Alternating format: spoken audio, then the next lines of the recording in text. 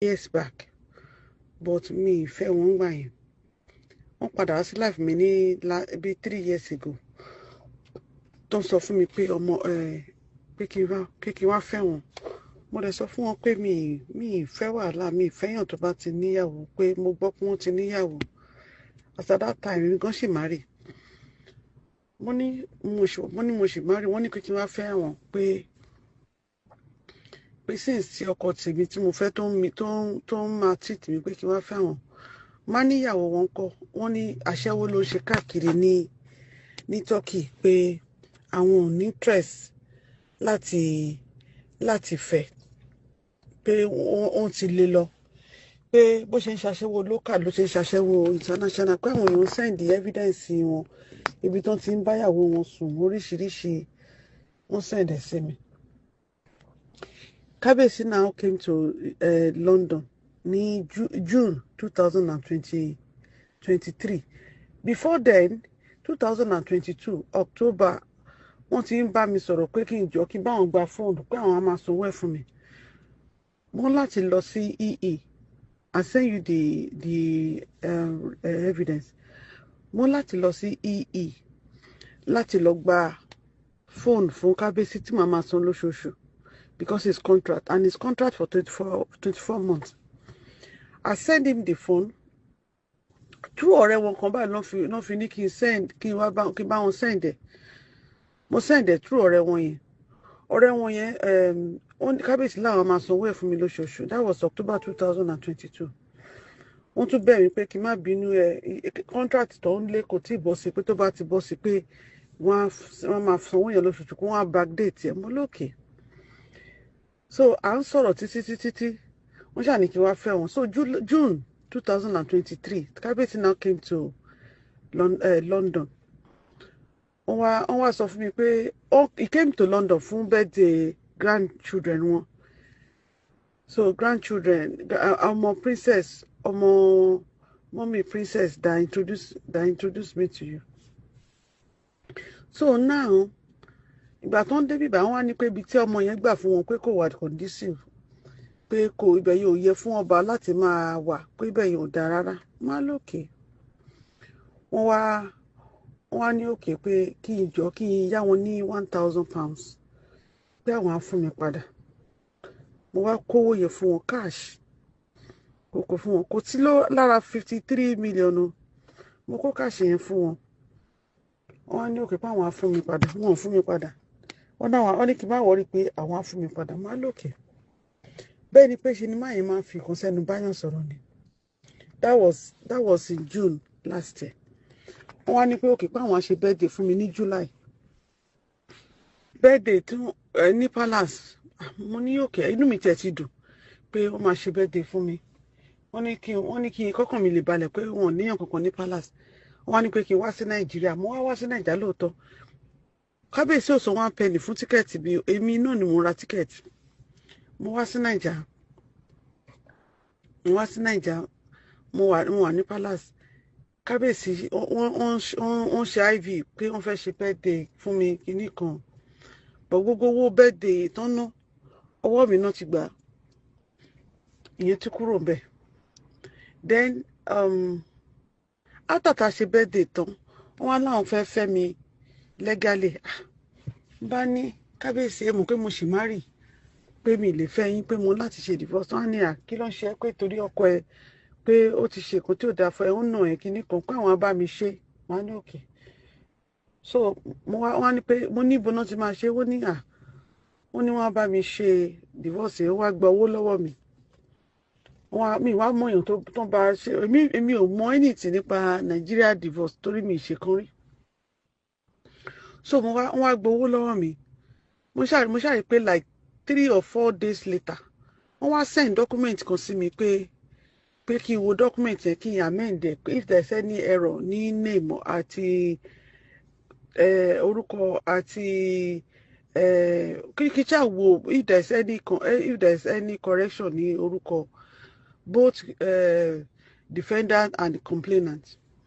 So wọ́n wá wò pé orúkọ mi bí she is complainant àti defender wa ní pé kò ní pé bàbá ọmọ mi pé wọ́n wá sí court pé torí pé ìgbà tí George rí gbogbo bó ṣe lù mí, I will send you the picture. Pé ìgbà tí George rí gbogbo bó ṣe lù mí pé torí bẹ́ẹ̀ ni wọn ò ṣe nídìí kíní pé lílù yẹn lásán pé ó ti fa ẹjọ́ ya pé straight away náà dá ẹjọ́ ní judiciary court. Wọ́n ní okay. So wọ́n wá ní pé kí wo if there is any correction. Wọ́n á rí pé kò sí correction ní orúkọ everything wà okay. Wọ́n ṣàbá mi ṣe fake divorce. Èmi ò mọ̀. So wọ́n wá ní okay náà tí mo ti divorce pé kíkàn ní copy dání. Pé kémi kàn ní copy dání ni pé mi ní láti stress ara mi. Pé kò ní láti sign gan pé since wọ́n ti dájọ́ yẹn. Pẹ́jọ́ tó wá fẹ́ bá mi fa wàhálà nìkan ní kí n ṣe mú dání pé kò ní mọ̀ sí pé mo ti di pé àwọn ti divorce pé mo ti divorce ẹ̀. Èmi ò kúkú dá nǹkan kan mọ̀. Wọ́n á ní àtọ́rí pé wọ́n jọba at least wọ́n máa mọ̀ more than èmi tí mi ń gbé Naija. Wọ́n á ní okay. So wọ́n wá gbé mi lọ sí registry ní December 20. Wọ́n gbé mi lọ sí Abẹ́òkúta registry. A ṣe registry. And wọ́n dẹ̀ béèrè lọ́wọ́ wọn ní registry pé ṣé ó mọ any other obìnrin tí kò yẹ kó reason tí wọ́n fi lè tó wá papọ̀. Nígbà tó ti jẹ́ kí n believe pé àwọn ti ṣe registry tó ti divorce yẹn èmi náà sọ pé kò bí mọ any other reason. Àṣàṣe I will send you our wedding registry court. Paying your bills on time raises your credit score, right? Wrong. In fact, this is one of the 3 major credit score lies you're being told. So, money okay. So, after that, as a registry, after that, last year January, I was a birthday from Kabesi. After that, she birthday from Kabesi ní last year January. Kabesi ṣá ń gbowó lọ́wọ́ mi. Wọ́n tún ní kí n yá wọn lówó. To the extent yẹ pé wọ́n tún ní kí n yá owó lọ́wọ́ ọmọ mi firstborn mi tó bá ti ní kí n yá owó mi kì í mọ nǹkan tí mi kì í mọ how to say no màá wá nǹkan yẹn fún wọn ní bẹ́ẹ̀ pé ṣe náà fògùn mọ́ màá ti ṣe kíní ètò pé màá wà pé bàbá ẹ̀ tí mo fi lọ ṣerú nǹkan mẹ́rin fún Kábíyèsí pọ̀ má ti ṣe tán kí n tó ṣe mọ̀ bá ṣe náà fògùn fẹ́ mi gan because normally kò yẹ kí n ṣerú nǹkan bẹ́ẹ̀ yẹn man yẹn is such a fetish person anyway mi mọ̀ so aṣáṣe birthday wọn tán owó tó ń ṣàtìgbà lọ́wọ́ mi before his birthday is about 54 million tí mo wá calculate yàtọ̀ sí cash tí mi ní evidence then gold mi wà ní palace ìgbà àkọ́kọ́ tó di pé wọ́n ṣe birthday yẹn wọ́n bá mi kó pamọ́ wọ́n ní àwọn ò lè jẹ gbèsè o pé wọ́n bá mi kó pamọ́ pé torí kíní yẹn ó wọ́n gan gold yẹn 4 pence ni ó wọ́n gan the gold is more than 70 million in fact that gold is going to be about 90 million because ó ti pẹ́ tí wọ́n ti ra àwọn gold yẹn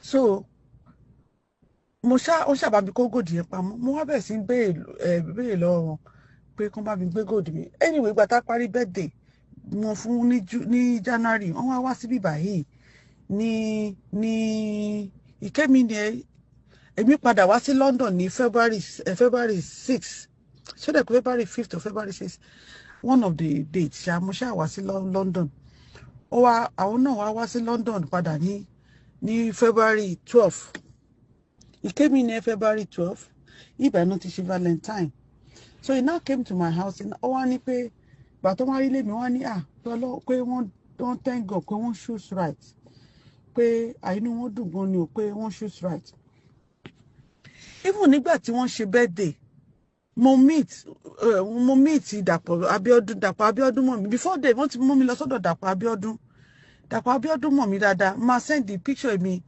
àti Dàpọ̀ Abíọ́dún sí yín ṣe understand anyway ìgbà tó wọ́n wá sí London wọ́n ní pé kémi ta lé mi pé ibà yìí kéré jù fún pé ibà yìí kéré fún olórí ibi tó yẹ pé 4 bedroom ni mò ń gbé o, 4 bedroom house apartment duplex, ilé tí mo ti rà láti 2010 tí mo struggle gbogbo oògùn mi, gbogbo ìyà tí mo ti jẹ, ilé tí mo ti rà.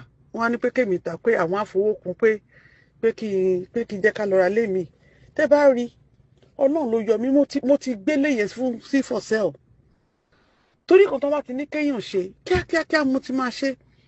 Ọ̀rẹ́ mi kan ló wá pè mí pé kí ló ṣe mí. Ọ̀rẹ́ mi yẹn gan mú láti bàjà pé ó ní kí ló ṣe mí tí mo fẹ́ ta lé mi pé. So nígbà tí kábíyèsí wa sọ fún mi pé tí máa ní òkè tí a bá ta lé, wọ́n á ní pé ká lọ máa wọlé ilé tèmi is about 600,000 tí bá ta mo ṣe jẹ báǹkì ní 100,000 tí bá ní 500,000 okay 500,000 pounds. Ilé tí kábíyèsí lọ wó ilé 1 million. Wọ́n ní òkè kábíyèsí báwo la ṣe máa san owó ilé tó kù. Wọ́n ní ara kí n má wọrí pé kémi sì jẹ́ ká ta ilé yẹn ná, pé tábà tẹ̀ tí ìrówó ká máa lọ máa yálé gbé. Wọ́n ní kábíyèsí kò dáa kéèyàn lọ gbalé, kéèyàn lọ ti máa gbélé ara ẹ̀ kó wá lọ tà á, kó wá lọ máa gbélé rẹ́ǹtì. Mo ní ìyẹn ò bọ́ sí. Wọ́n ṣáà bá mi jà. Wọ́n á bá mi jà ń gbà yẹn. Wọ́n á ní pé àwọn fi máa bá mi sùn nídìí mi. Nígbà tí mo sọ fún wọn pé ọ̀rọ̀ ilé yẹn pé kò dáa pé mi rò pé mo lè ṣe bẹ́ẹ̀, wọ́n á mọ̀ bá mi jà. Wọ́n wá náà fẹ́ bá mi sùn níbi téèyàn ti ń yàgbẹ́. Mo ní kábíyèsí sá pé mi lè ṣe bẹ́ẹ̀. Wọ́n wá bá mi jà. Meanwhile before then wọ́n ti kọ́kọ́ sọ fún mi pé wọ́n dúpẹ́ lọ́wọ́ Ọlọ́run pé wọ́n ṣùṣù rà torí pé wọ́n rí lémi pé lémi fine gan. So torí pé mo sọ pé mi ìgbà kí wọ́n bá mi ṣe nídìí mi, wọ́n kàn déédéé ń bá mi jà ni. Mi ìṣẹ̀ wọ́n déédéé ń bá mi jà ni. Before then bíi 3 days before kó tó di pé mo sọ fún wọn pé mi lè ta lé yẹn sí ò sí any other means fún mi láti rà mí. Wọ́n wá ní pé kí n jọ kí n tẹ̀lé wọn pé kí n bá wọn gba fóònù mi. Wọ́n tún bí àṣẹ náà tún fi nǹkan sẹ́nu ni mo tún tẹ̀lé máa yìí lọ sí EE. Mo tún lọ gba Samsung Fold 5. Samsung Fold 4 ni mo gbà fún wọn ní 2022 October. Gbogbo rìsíìtì wà ní ọwọ́ yín ni mo ti sẹ́ǹdẹ̀ sí. Mo tún tẹ̀lé wọn, mo tún lọ gba fóònù yẹn fún wọn. Wọ́n tún ní wọ́n máa sanwó ẹ̀. Dè níyì kábíyèsí ò sanwó fóònù yẹn fún mi. Mi tẹ̀ káàntì owó fóònù yẹn mọ́. That phone I'm paying £187 lóṣù. Màá san fóònù yẹn fún 24 months. Lóṣooṣù mo ń san almost 500,000 naira fowó fóònù. Mo dẹ̀ máa san lódidi ọdún méjì.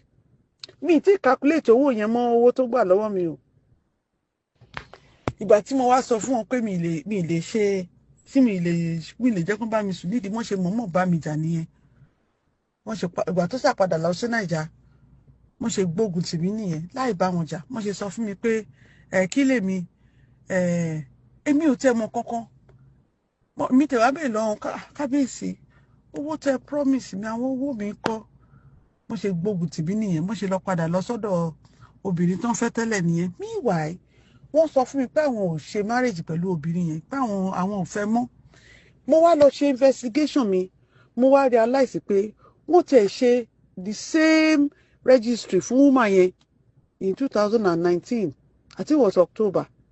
Mo ti send the evidence yìí. Àwọn àti woman yẹn lọ́jọ́jọ́ wọṣọ aṣọ òkè white aṣọ òkè black and white and blue yẹn. Rí pé registry náà ti ṣe marriage tiwọn. But mi mọ ibi tó ti ṣe ó dẹ̀ pé bá registry kan but kì í ṣe ti Abẹ́òkúta. I'm not sure.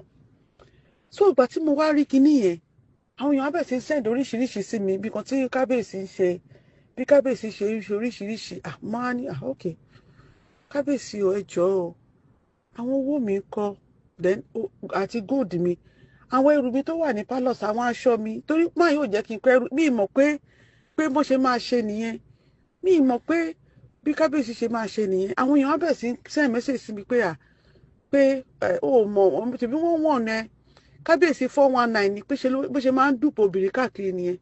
Ó wá ní woman kan tó ń pè ní Yínká náà tí wọ́n ní woman yẹn ló kọ́ palace.